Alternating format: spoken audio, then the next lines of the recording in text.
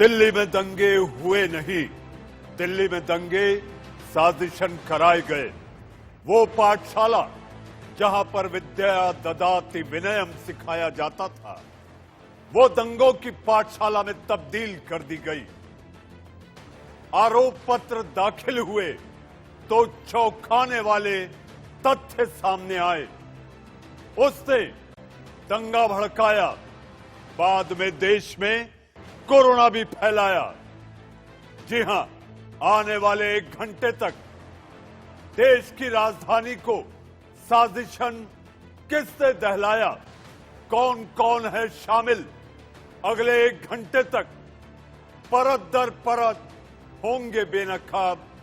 आप कहीं मत जाइएगा। नमस्कार, शाम के 7 बज चुके हैं। मैं हूं मनीष अवस्थी और आज दिल्ली दंगों पर होगा पिंजरा तोड़ एक्सपोज। दंगों के फारूक फार्मूला पर राज होगा फाश। राजधानी दिल्ली में दंगों का क्या था जमात मरकज कनेक्शन। मौलाना साद की जमात ने पहले फैलाई कोरोना महामारी और अब दिल्ली दंगों ने मारामारी। दिल्ली पुलिस को जांच के दौरान पता चला है कि इन दंगों का निजामुद्दीन मरकज कनेक्शन भी है, क्योंकि जिस स्कूल की छत से बड़ी गुलेल के जरिए एसिड बम फेंके गए थे, उस राजधानी स्कूल का मालिक फैसल फारूक निजामुद्दीन मरकज के प्रभावशाली लोगों के संपर्क में था। मंगलवार को दिल्ली पुलिस ने जो 1030 पेज की चार्जशीट दायर की थी, उसमें दंगों के मास्टरमाइंड का सबूत भी है। कैसे आप पूर्व पार्षद ताहिर हुसैन ने दंगों की फैक्ट्री चलाई, जहां से पत्थर, गोली, पेट्रोल पंप दागे गए। चांदबाग इलाके में दंगों को भड़काने के लिए कैसे उमर खालिद, पिंजरा तोड़ समेत कई टुकड़े टुकड़े गैंग के लोग दंगों की साजिश के पीछे शामिल थे। मतलब कोरोना भी फैलाया, दंगा भी भड़काया। दिल्ली दंगों की गहरी साजिश में राजनीतिक हाथ, टुकड़े टुकड़े गैंग जुड़ा साथ, देश की अंतर्राष्ट्रीय छवि खराब करने के नाम पर दंगों के मास्टरमाइंड काम पर। यही है देश का सवाल, जिसको लेकर मचा है बवाल। तो मैं लेकर आया हूं देश का सवाल, और आप देखिए हमारी ये रिपोर्ट। दिल्ली को आग के हवाले कर दो।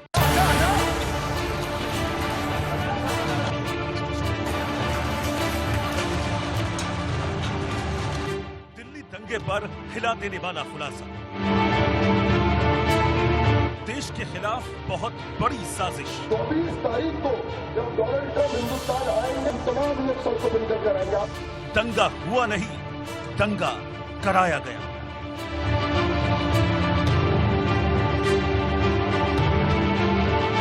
दंगे के पीछे देश को बदनाम करने की साजिश। 23 फरवरी 2020, याद कीजिएगा वो तारीख जब देश का दिल सुलग उठा था। नॉर्थ ईस्ट दिल्ली के कई इलाकों में सड़कों पर ईंट पत्थर बरस रहे थे, सरेआम पिस्टल लहराई जा रही थी, फायर हो रहे थे, घर दुकान फूंके जा रहे थे। 50 से ज्यादा बेकसूर दिल्ली दंगे की बलि चढ़ गए। 24 फरवरी 2020, दुनिया के सबसे ताकतवर शख्स अमेरिका के प्रेसिडेंट डोनाल्ड ट्रंप भारत दौरे पर आए। अब आप सोच रहे होंगे कि आखिर दिल्ली दंगे और डोनाल्ड ट्रंप के भारत दौरे में क्या कनेक्शन है। दरअसल दिल्ली दंगों के पीछे जिस साजिश का खुलासा दिल्ली पुलिस की चार्जशीट से हुआ है, वो यही साजिश थी कि जिस वक्त ट्रंप का दौरा हो, उस वक्त दुनिया भर की निगाहें भारत पर होंगी। ऐसे वक्त में अगर दिल्ली सुलगती है तो पूरी दुनिया में भारत की काफी बदनामी होगी। चार्जशीट में जिन मुख्य आरोपियों के नाम लिखे हैं, उनमें यूनाइटेड अगेंस्ट हेट से जुड़े उमर खालिद का नाम भी शामिल है। और वो नाम क्यों है, इसे समझने के लिए उमर खालिद के भाषण का एक हिस्सा सुनिए, जिसे उन्होंने ट्रंप के दौरे से 7 दिन पहले महाराष्ट्र के यवतमाल में यूनाइटेड अगेंस्ट हेट के एक कार्यक्रम में दिया था। हम वादा करते हैं 24 तारीख को जब डोनाल्ड ट्रंप हिंदुस्तान आएंगे तो हम ये बताएंगे कि हिंदुस्तान के प्रधानमंत्री और हिंदुस्तान की सरकार हिंदुस्तान को बांटने का काम कर रही है, महात्मा गांधी के उसूलों की धज्जियां उड़ा रही है, और ये बताएंगे कि हिंदुस्तान की आवाम हिंदुस्तान के हुक्मरानों के खिलाफ लड़ रही है। अगर हिंदुस्तान के हुक्मरान देश को बांटना चाहते हैं तो हिंदुस्तान की आवाम देश को छोड़ने के लिए तैयार है। हम तमाम लोग सड़कों पर निकल कर आएंगे। आप लोग निकल कर आएंगे? सुना आपने, उमर खालिद ने चीख चीख कर लोगों से कहा था कि ट्रंप के दौरे के वक्त वो दुनिया को बताएंगे कि हिंदुस्तान की आवाम हुक्मरानों के खिलाफ है। सीधे तौर पर लोगों से सड़कों पर निकलने के लिए कहा था। अब सवाल उठता है कि जो बात उमर खालिद ने 7 दिन पहले कही, वैसा ही ट्रंप के दौरे के वक्त हुआ। उमर ने कहा था सड़कों पर निकलो और बता दो, यानी दिल्ली को आग के हवाले कर दो। उमर खालिद ने जो कहा वो कर दिया, लेकिन ये काम अकेले उमर खालिद का नहीं था। इसमें कई और किरदार भी जुड़े हैं, जिनका नाम भी दिल्ली पुलिस की चार्जशीट में दर्ज है, जिसमें सबसे बड़ा नाम है आम आदमी पार्टी का निष्कासित पार्षद ताहिर हुसैन। ताहिर हुसैन दंगे का मास्टरमाइंड है। दंगे के दौरान अपनी बिल्डिंग पर दिखाई दिया था। उस बिल्डिंग पर कई आपत्तिजनक चीजें भी मिली थी, जिनका इस्तेमाल दंगे में किया गया था। चार्जशीट के मुताबिक ताहिर हुसैन CAA विरोधी प्रदर्शनकारियों के संपर्क में था। ताहिर हुसैन दंगे से पहले उमर खालिद से मिला था। 8 जनवरी को शाहीन बाग में उमर खालिद से मुलाकात की थी। उमर खालिद के साथ खालिद सैफी भी था। खालिद सैफी भी यूनाइटेड अगेंस्ट हेट से जुड़ा है और दिल्ली दंगे की चार्जशीट में खालिद सैफी का नाम भी है। चार्जशीट के मुताबिक उमर खालिद ने ताहिर हुसैन से कहा था कि वो और PFI पैसे से भी उसकी मदद करेंगे। यानी तैयारी काफी पहले से थी कि दिल्ली में दंगा उस वक्त कराया जाए जब ट्रंप भारत आए, जिससे पूरी दुनिया में भारत की बदनामी हो। पर्दे के पीछे एक बड़ी साजिश की पटकथा तैयार हो रही थी, जिसमें यूनाइटेड अगेंस्ट हेट, पिंजरा तोड़ और PFI जैसे संगठन शामिल थे, जिनके इशारे पर ताहिर हुसैन ने अपने भाई और रिश्तेदारों के साथ मिलकर दिल्ली को आग के हवाले कर दिया। इस दौरान सोशल मीडिया पर भी कई भड़काऊ मैसेज एक खास समुदाय को भेजे गए थे।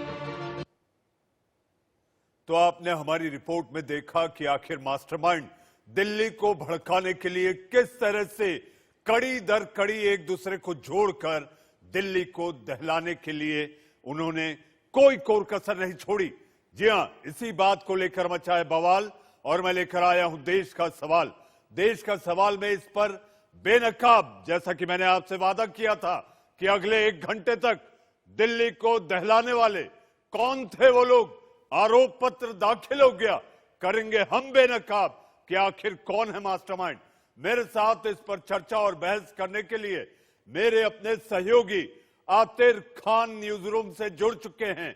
आतिर बताएंगे कि आखिर आरोप पत्र में क्या क्या है और इसके क्या क्या मायने हैं, क्योंकि आतिर खुद अपने आप में एक वरिष्ठ क्राइम जर्नलिस्ट रहे हैं। मेरे साथ बिलाल खान, आप राजनीतिक विश्लेषक हैं, आपसे मुलाकातों के बारे में बात होगी, कैसे मुलाकातें हुआ करती थी, और इस पर आपसे चर्चा भी होगी। मेरे साथ बीजेपी के प्रवक्ता डॉक्टर विजय सोनकर शास्त्री मौजूद हैं और मेरे साथ राजनीतिक विश्लेषक डॉक्टर दीपक झा। जी हां, आपकी राय, आप राजनीतिक विश्लेषक भले ही हों, लेकिन आपका झुकाव कांग्रेस की तरफ होता है। सबसे पहले मैं अपने सहयोगी आतिर खान के पास चलता हूं। आतिर, इस समय देश जानना चाहता है आरोप पत्र में जो लिखा है, कौन वो लोग थे जो दिल्ली को दहलाने का प्लान पहले से कर रखे थे। आतिर, देखिए, जो अभी तक दिल्ली पुलिस की जांच में सामने आया है और जो बात उन्होंने अपनी चार्जशीट्स में भी सामने रखी है अदालत के, जिसका संज्ञान 13 तारीख को अदालत लेगी, उसमें ये बात हमारे सूत्रों के अनुसार निकल कर आई है। 2 अहम बातें ये आई हैं कि ये पूरे जो दंगे थे एक सुनियोजित साजिश के तहत किए गए थे। इसमें जो अमेरिकी प्रेसिडेंट डोनाल्ड ट्रंप का यहाँ भारत आने का समय जो था वो सोच समझ के चुना गया था। जिस समय वो आएंगे उसी समय इस तरह का उपद्रव किया जाएगा, दंगे फैलाए जाएंगे, ऐसी जांच में निकल कर आया है। और साथ ही में एक बड़ी बात ये आई है कि देश व्यापक एक पूरी कॉन्स्पिरेसी षड्यंत्र था दंगों को भड़काने का देश भर में। और उसके साथ ही में जो वामपंथी संगठन हैं जैसे आयसा, पिंजरा तोड़, इनकी एक बहुत बड़ी भूमिका रही है दंगाइयों को वर्गलाने के लिए, उनको उकसाने के लिए कि वो हिंसा में उतारू हो जाएं। जो मुख्य चीज जो निकल के आई है जांच में वो ये है कि एक पूरा एक नैरेटिव बनाया गया था कि भारत के जो एक मुसलमान हैं इनको सब्जुगेट किया जा रहा है प्रेसिडेंट ट्रंप के भारत यात्रा से पहले, और उसके बाद ठीक पहले जो उमर खालिद का एक जो भड़काऊ बयान हुआ था और औरंगाबाद में पुलिस के अनुसार इसकी पूरी जो षड्यंत्र है इसके बीज वहां बोए गए थे, क्योंकि उमर खालिद ने लोगों को भड़काया और कहा कि उस समय जब डोनाल्ड ट्रंप भारत में होंगे तो उस समय हिंसा होनी चाहिए, और ये मुसलमानों को पूरा खास तौर से भड़काने के लिए एक पूरा आयोजन किया गया। और उसके बाद अगर आप देखें तो जो घटनाक्रम रहा उसमें CAA और उसके बाद NRC को भी जोड़ लिया गया।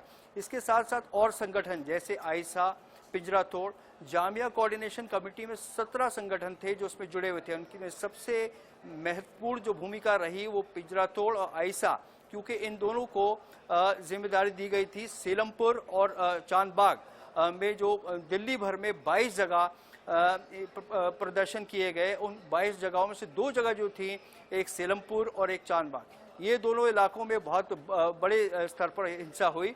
और जांच में ये निकल कर आया है कि पिंजरा तोड़ जो ग्रुप है उसकी एक बड़ी अहम भूमिका थी। सीलमपुर में जिस समय प्रदर्शन चल रहा था CAA को लेकर, उस समय पिंजरा तोड़ संगठन के लोग वहां पहुंचे। उन्होंने जो वहां पर प्रदर्शनकारी थे उनको उकसाया और कहा कि वो आगे बढ़े, जाफराबाद की तरफ जाएं। हम जानते हैं कि सीलमपुर मुस्लिम बहुमूल्य इलाका है, लेकिन उनको इस बात के लिए आमादा किया गया कि वो जब सोची समझी साजिश के तहत कि जब वो जाफराबाद जाएंगे, जाफराबाद एक मिक्स्ड कम्युनिटी है जहां सभी समुदाय के लोग रहते हैं, और जब उनको आगे बढ़ने को कहा गया, लोग बढ़े, तब समस्या खड़ी हुई, क्योंकि लोगों का रास्ता रुक गया। जब लोगों का रास्ता रुका तो एक जिसको कहते हैं लोगों में गुस्सा आया, तो दोनों तरफ से क्लैश जो हुआ उसकी वजह ये थी। साथ ही में अगर आप देखें चांदबाग में भी, वहां पर भी इसी तरह की कुछ आयोजन किए गए। कुल मिलाकर देखा जाए तो जो पूरे प्रदर्शन चल रहे थे दिल्ली में 22, उसको जामिया कोऑर्डिनेशन कमेटी के ये संगठन जो उसमें बड़ी सक्रिय भूमिका अदा कर रहे थे। पुलिस की जांच में ये बात भी सामने निकल कर आई है कि जो बातचीत हुई है इनकी टेलीफोन के रिकॉर्ड्स की, जो मैसेज इनके एक्सचेंज हुए हैं, उसमें कई चीज़ें ऐसी हैं जो बिल्कुल आपत्तिजनक हैं और चौंका देने वाली हैं। लोगों को भड़काया गया कि वो अपने घर में एसिड रखें, अपने घर में पत्थर रखें, अपने घर के दरवाज़ों में करंट दौड़ाएं और तेल रखे ताकि कोई लोग आए तो उनको वो कर दिया जाए। तो पूरी तरह से एक सुनियोजित तरीके से एक साजिश रची गई थी, जिसके चलते ये पूरे दंगे हुए, और वक्त ही में अगर इनको नहीं रोक लिया जाता तो ये देश व्यापक आग जो है और फैल सकती थी। जी आतिर, आपने इतनी बातें बताई, एक और बात आरोप पत्र में सामने आई है और वो बात है फैसल फारूक देवबंद और मरकज जाकर मिलता है, वहां पर ये साजिश होती है। हम चाहेंगे इस पर भी आप रोशनी डालें। जी बिल्कुल, फारूक जो स्कूल में, जो उत्तर पूर्वी दिल्ली में इलाके में स्कूल है जहां पर कहा जा रहा है इसको गढ़ बेस बना दिया गया था, वहां पे गुलेले भी जो थी बड़ी बड़ी रखी गई थी, जिससे कि पेट्रोल बम्स या संभवतः कुछ इस तरह के हथियारों का इस्तेमाल होना था। जांच में ये निकल के आया कि फारूक जो थे, इनका मरकज के कई जो ऑफिस बेरर्स हैं उनके साथ इनका संबंध था, उनके साथ इनकी बातचीत थी। और उससे पहले जब ये दंगे हुए थे, उससे कुछ दिनों पहले ये उत्तर प्रदेश भी गए थे, वहाँ पर कुछ लोगों से इनकी मुलाकात हुई, देवबंद में हुई।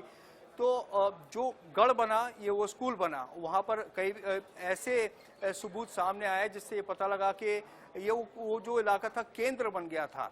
तो इसके चलते दिल्ली पुलिस ने फारूक को भी अपनी चार्जशीट में नामजद किया है। चार्जशीट दायर हो गई हैं। अब 13 तारीख को दिल्ली की अदालत आतिर एक छोटा सा जवाब, आतिर हम आपसे एक छोटा सा जवाब चाहेंगे, और वो छोटा सा जवाब दिलबर नेगी मर्डर, दिलबर नेगी हत्याकांड को लेकर भी आज एक चार्जशीट सामने आई है। हम चाहेंगे कि आप इसके बारे में भी संक्षेप में बता दें। बिल्कुल, दिलबर नेगी मामला में वो क्योंकि एक मिठाई की दुकान चलाते थे और इसपे जो दंगाई थे उनकी दुकान में घुसे और उनको एक तरह से पूरा जिंदा जला दिया गया था। इस मामले में भी दिल्ली पुलिस ने अपनी चार्जशीट दायर की है।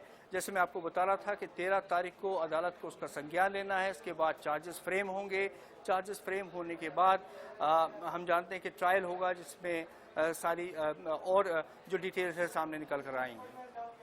जी आतिर आप बने रहे, हमारे साथ मेहमानों का पैनल है और मुझे लगता है सबसे पहले मैं बिलाल साहब के पास चलता हूं। बिलाल साहब, इससे पहले कि मैं आपसे सवाल शुरू करूं, मैं आपको ये बता देना चाहता हूं कि अनचाहा कहने के लिए मनचाहा आप अगर इस तरह से कोई भी बात करें तो आप देखें कि देश की संप्रभुता, अखंडता और एकता पर चोट ना हो, क्योंकि राजधानी स्कूल, देश की राजधानी को दहलाने के लिए राजधानी स्कूल का इस्तेमाल हुआ। आप क्या कहेंगे कि फैसल फारूक देवबंद जाकर आते हैं, मरकज जाते हैं और ये मरकज पहले उकसाते हैं, भड़काते हैं, दंगे करवाते हैं और बाद में कोरोना फैलाते हैं। बिलाल साहब। देखिए अवस्थी जी, सबसे पहले मैं यही कहना चाहूंगा कि जो दंगे में शामिल हैं जितने भी लोग, उनको सख्त से सख्त सजा होनी चाहिए। हम किसी का यहाँ पर बचाव करने नहीं बैठे हैं, पहली बात तो ये। और मैं अंकित शर्मा को श्रद्धांजलि अर्पित करता हूं जिस तरीके से उनकी शहादत हुई। और दूसरी बात, आप जो बात कर रहे हैं यहाँ पर फैजान को जिंदा जलाया गया और आपकी अकबर बेगम को जिंदा जलाया, उसके बारे में भी आपको बात करनी पड़ेगी। और फेलियर किसका है? दिल्ली पुलिस का फेलियर क्यों नहीं कहा गया? हम क्यों नहीं कहा बात जाए? करेंगे बिलाल साहब। बिलाल साहब, मैं आपको ये कह देना चाहता हूँ, यहाँ हिंदू मुसलमान ना करें आप। केंद्र सरकार का क्यों नहीं? हम यहाँ पर इंसानियत को कुचलने के सुनिए, लिए जो साजिश हुई उस पर चर्चा करने बैठे हैं, हिंदू मुसलमान हम नहीं। सरकार का फेलियर क्यों नहीं मानते हैं? जब दिल्ली 3 दिन तक जलती रहती है तो उस पर सरकार से सवाल क्यों नहीं होने चाहिए? चाहे वो दिल्ली सरकार हो, केंद्र सरकार हो, उससे क्यों नहीं सवाल करते हैं आप कि 3 दिन तक दिल्ली जलती रही और आपने कोई कदम नहीं उठाया? क्यों नहीं आर्मी को कॉल किया गया जब पता था 3 दिन तक दिल्ली चल रही है? आर्मी को बुलाया, दिल्ली एक्ट आप पढ़ के देखिए, उसके अंदर ये है कि दिल्ली डॉक्टर विजय सोनकर शास्त्री जी, तो आप डॉक्टर शास्त्री, आपने देखा कि किस तरह से मजहबी कार्ड खेला जाता है। आखिर दिल्ली में इंसानियत, मैं मजहबी कार्ड नहीं, मैं सच्चाई की बात करूं। दिल्ली के अंदर 64 लोगों की मौत हुई है सर। आप ये भी बताइए, सिर्फ एक इंसान की मौत हुई है दिल्ली में। देखिए सुनिए, 64 लोगों की मौत हुई है, 64 लोग मरे हैं दिल्ली में, उनकी भी बात करिए। ताहिर हुसैन की छत पे से हम उसको गलत, उसको नहीं दो, आप बता रहे हैं कि ताहिर हुसैन की छत पे से हम उसको गलत मानते हैं, लेकिन आप जो मोहन नरसिंह की छत पे से गोलियां चलाई गई, वो बिलाल, वायरल हुई है। बिलाल डॉक्टर शास्त्री को बोलने दीजिए। बिलाल, आपको मैंने आपका वक्त दिया। डॉक्टर विजय सोनकर शास्त्री। देखिए बिलाल जो भी कह रहे हैं मैं समझ सकता हूं, इनकी हताशा और निराशा। पुलिस तो अपना काम कर रही है, अगर पुलिस ने काम नहीं किया होता तो आज ये दिल्ली की जो 2-3 दिन के अंदर हालात हुई थी उससे और भी बदतर हो गई होती। अरे सर, पुलिस काम करती होती। देखिए आप चुप रहिए, आप बोल रहे थे, मैं कुछ नहीं बोल रहा था। आप चुप रहिए, आपको इसमें इंटॉलरेंस मत होइए। आप बताइए ना, पिंजरा ग्रुप का क्या मतलब आपने समझा? क्या हमारे देश की स्कूल, कॉलेज, यूनिवर्सिटियां क्या वो पिंजरा नहीं है जिसको स्कॉलर तोड़ करके बाहर निकलेंगे? शर्म आनी चाहिए ऐसे लोगों को जो इस प्रकार की चालें चल रहे हैं। आतंक के साथ क्यों आखिर में वामपंथ आगे आ रहा है? क्यों? अरे चुप रहिए आप बहुत बोल चुके। आप कोशिश मत करिए। नहीं देखिए, आप राजनीति तो आप कर रहे हैं और आप अभी तक बोलते जा रहे हैं। पूरा देश देख रहा है कि कौन इंटॉलरेंस हो रहा है। आप मेरी बात पूरी सुन लीजिए, इसके बाद जो चाहे वो कहिएगा। बोलिए। मैंने कुछ नहीं बोला। थोड़ी शराफत के साथ हम लोग चर्चा करें। महत्वपूर्ण चर्चा मनीष जी कर रहे हैं, देश को दिखलाना चाहते हैं मनीष जी। डॉक्टर शास्त्री, मुझे एक छोटा सा ब्रेक लेना है। हमारी ये गर्मा गर्म बहस और दिल्ली दंगों के पीछे कौन मास्टरमाइंड है, ये बेनकाब करने के लिए देश का सवाल है। अब वक्त है एक छोटे से ब्रेक का। ब्रेक के बाद देश का सवाल जारी है। आप कहीं मत जाइएगा, क्योंकि आज बेनकाब होंगे वो मास्टरमाइंड जिन्होंने देश के दिल को दहलाने की नापाक कोशिश की थी। थोड़ी देर की खामोशी के बाद फिर आपका देश का सवाल में एक बार स्वागत है और मेरे साथ मेहमानों का पैनल बना हुआ है। आपके टीवी स्क्रीन पर डॉक्टर विजय सोनकर शास्त्री बीजेपी प्रवक्ता, बिलाल खान राजनीतिक विश्लेषक, मेरे अपने सहयोगी आतिर खान और दीपक झा। आप राजनीतिक विश्लेषक, लेकिन आपकी विचारधारा कांग्रेस के इर्द गिर्द घूमती दिखती है। दीपक झा, आपसे सवाल, क्योंकि ब्रेक के पहले मैं आपसे सवाल नहीं कर पाया था। दीपक झा, उंगलियां तो आपकी भी, आप यानी आप पार्टी नहीं, आप जिस पार्टी का समर्थन करते हैं उनके पार्षद और नेताओं पर भी उठी थी। फंडिंग होती है, लोगों में साजिशन, चाहे जामिया हो, जेएनयू हो, मिलजुल कर ये बातें आगे बढ़ती हैं। और आप जिस साथ की वकालत करते कई बार देखे गए थे, वो साथ भी अब आरोप पत्र के मुताबिक इसमें शामिल है। मनीष जी, अब मैं आपको बताता हूं कि माहौल क्या है। देखिए, आज देश ही नहीं पूरी दुनिया महामारी से ग्रस्त है। क्या चल रहा है इसमें? आपको आवाज आ रही है? जी बिल्कुल आ रही है, आप बोलिए। सुन पा रही है मेरी आवाज? तो देखिए, पूरा दुनिया महामारी से ग्रस्त है और जूझ रहा है। तो देश की विडंबना देखिए, माननीय प्रधानमंत्री, माननीय गृह मंत्री 6 महीना पुराना केस लाके देखिए देश में दिखाना क्या चाह रहे हैं। देश में बेरोजगारी बढ़ रही है। अरे ये प्रक्रिया है दीपक झा, ये प्रक्रिया है। दंगे हुए, पुलिस से जांच की तो आरोप पत्र दाखिल होंगे और जो इसमें दोषी होंगे उन पर बात होगी।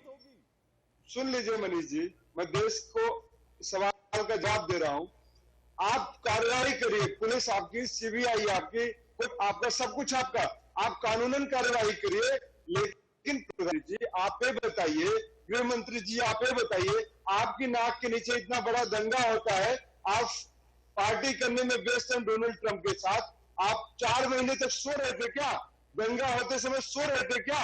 आप पाकिस्तान को कहते हैं हम धूल चटा देंगे, चाइना को कहते हैं हम धूल चटा देंगे। दीपक झा विषयांतर ना करें। आप देश का सवाल में विषय भटकाकर दंगा ना फैलाएं। देश का सवाल में आईना दिखा रहा हूं इन अंधभक्तों ने जिन्होंने देश को बर्बाद कर दिया है। मोदी जी और अमित शाह जी के नाम पे कुछ भी नहीं चलेगा। तो भारत माता की जय बोलने के पीछे की एक बड़ी साजिश है। देश को 2 टुकड़े कर दो। मोदी जी और अमित शाह मिलकर देश को बांटना। दीपक झा आप ही यानी मैं आम आदमी पार्टी का जिक्र नहीं कर रहा, कांग्रेस के कई नेताओं पर भी इन दंगों में उंगली उठी है। मुझे ऐसा लगता है कि इसको लेकर भी जांच चल रही होगी। हमारे साथ आतिर आप दीपक झा को सुन रहे थे। दीपक झा कतई मानने को तैयार नहीं और वो एक कानूनी प्रक्रिया को कह देते हैं कि ये साजिशन अभी इस वक्त कोरोना काल में लाया गया। इन्हें ये नहीं पता कि आरोप पत्र दाखिल होते हैं, पुलिस जांच करती है, जांच करने के बाद आरोप पत्र आया। इस बीच हमारे साथ एक खास मेहमान वेद भूषण साहब, जो कि पूर्व पुलिस सहायक आयुक्त रहे हैं, वो भी जुड़ चुके हैं। आतिर आप जवाब दें। जी बिल्कुल, देखिए कोरोना वायरस की जहां तक समस्या है वो अपनी जगह है, लेकिन आपने बिल्कुल ठीक कहा, जो कानूनी प्रक्रिया है, जो कानून जो उसका फॉर्मेट है कि 90 दिन के अंदर पुलिस को चार्जशीट दायर करनी होती है। यदि ऐसा नहीं करता तो इसका लाभ जो है आरोपियों को, उन लोगों को मिलता है जो कि इस पूरे घटनाक्रम में लिप्त थे। तो ये प्रक्रिया अपनी जगह है। तो पुलिस अपना काम कर रही है, क्योंकि उसके चरणबद्ध तरीके से उसने पूरी अपनी जांच की। और अब यदि वो समय पर चार्जशीट फाइल नहीं करती तो दिक्कत, अगर कर देती है तो दिक्कत। तो ये कानूनी प्रक्रिया है जिसको पुलिस का पालन करना होगा और वैसा ही उसने किया है। जी आतिर हमारे साथ पूर्व पुलिस सहायक आयुक्त वेद भूषण साहब है।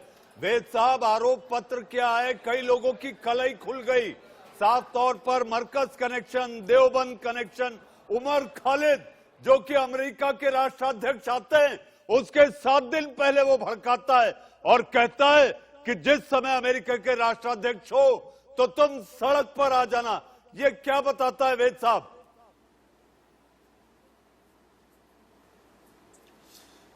अभी तो कलई खुलने की शुरुआत हुई है, केवल ये एक शुरुआत है। अभी आप देखिए आगे आगे होता है क्या। अभी तो ये 60 डेज 90 डेज का जो कानूनी प्रोसीजर है वो स्टार्ट हुआ है। अभी आप आने वाले टाइम में देखिए कितने लोगों की कलई खुलती है। जो कांग्रेस के बहुत बड़े नेता थे, गृह मंत्री 106 साल 106 अभी आप देखिए सारी जो कलई है खुलने लगी है। जो पिंजरा ग्रुप है, दीपक झा उन्हें अपनी बात रखने दीजिए। अभी जो खाली दुमादुम की बात छोड़िए, अभी तो 106 दिन जो गृह मंत्री देश की जेल में रह के आए हैं, अभी बहुत सारे मंत्री हैं जो जेल में जाएंगे अभी। कांग्रेस है कहाँ? दीपक झा वेद साहब की बात पूरी हो जाने दीजिए। वेद साहब सप्लीमेंट्री चार्जशीट पे आपको ऐसा लगता है कि और भी नाम खुल सकते हैं? तो राहुल गांधी जिम्मेदार, कांग्रेस पार्टी जिम्मेदार, तो मोदी जी क्या शोपीस के लिए बैठे हुए हैं? गृह मंत्री जी को गुलदस्ता राकेश जी अभी आप सुनिए, केवल देश में के हर अभी इस मामले में 771 FIR दिल्ली पुलिस के पास दर्ज है। 771 FIR दर्ज है पुलिस मामले के अंदर। अभी आप देखिए बहुत आगे होता है क्या, बहुत सी इन्वेस्टिगेशन अभी बकाया है। देश ऐसे नहीं चलता है मेरे भाई। जी वेद साहब मैं आपके पास आता हूँ। दीपक झा, डॉक्टर विजय सोनकर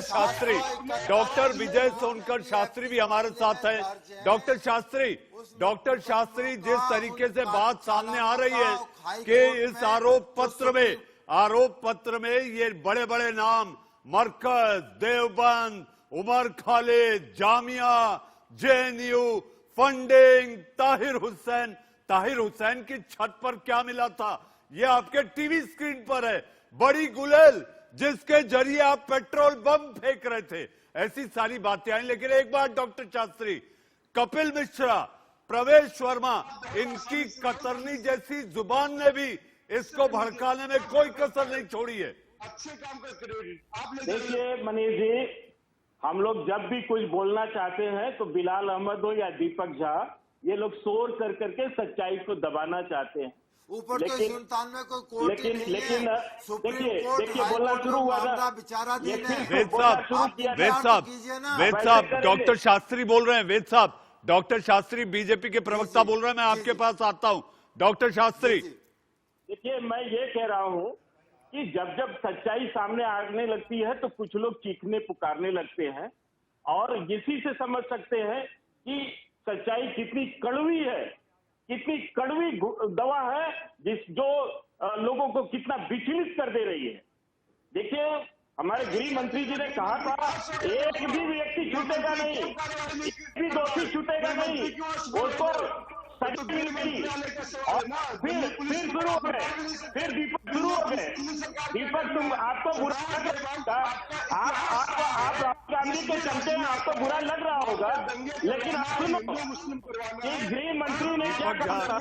दीपक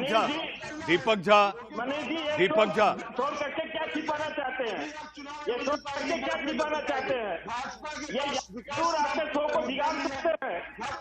डॉक्टर शास्त्री आपने अभी भी मेरी बात का जवाब नहीं दिया।